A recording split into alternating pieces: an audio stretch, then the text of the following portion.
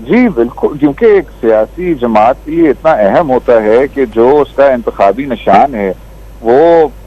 نہ صرف اس پہ اپنا ایک طرح سے ایک برانڈ بناتا ہے، اس کا جو منشور ہے وہ اس کے ساتھ جوڑا جاتا ہے، اس کا جو انتخابی اس کی کارکردگی ہے اس کے ساتھ جوڑی جاتی ہے، تو آپ صرف یہ نہیں کہہ سکتے کہ اس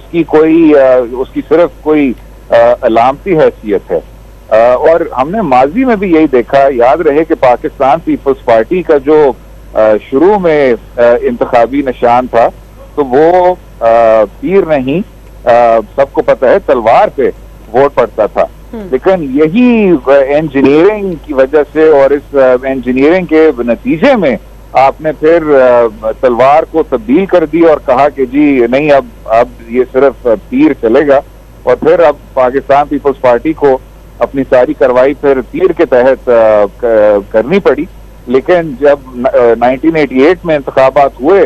تو تیر کے ہوتے ہوئے اس کے باوجود پاکستان پیپلز پارٹی کامیاب ہوئی۔ تو کہنے کا مقصد یہ ہے کہ اس طرح کی انجینئرنگ سے ہمیں اب یہ پیچھے ہٹ جانا چاہیے، ماضی کے تجربوں سے سیکھنا چاہیے، اور جس طرح آپ نے بھی آرٹیکل 17 کا ذکر کیا،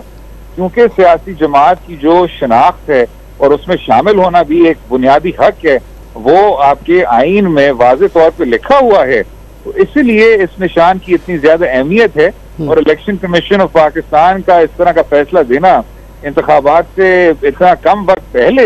یہ جی اس کی جو ایک واضح طور پہ جو بدنیت ہے وہ بالکل نمایاں ہے۔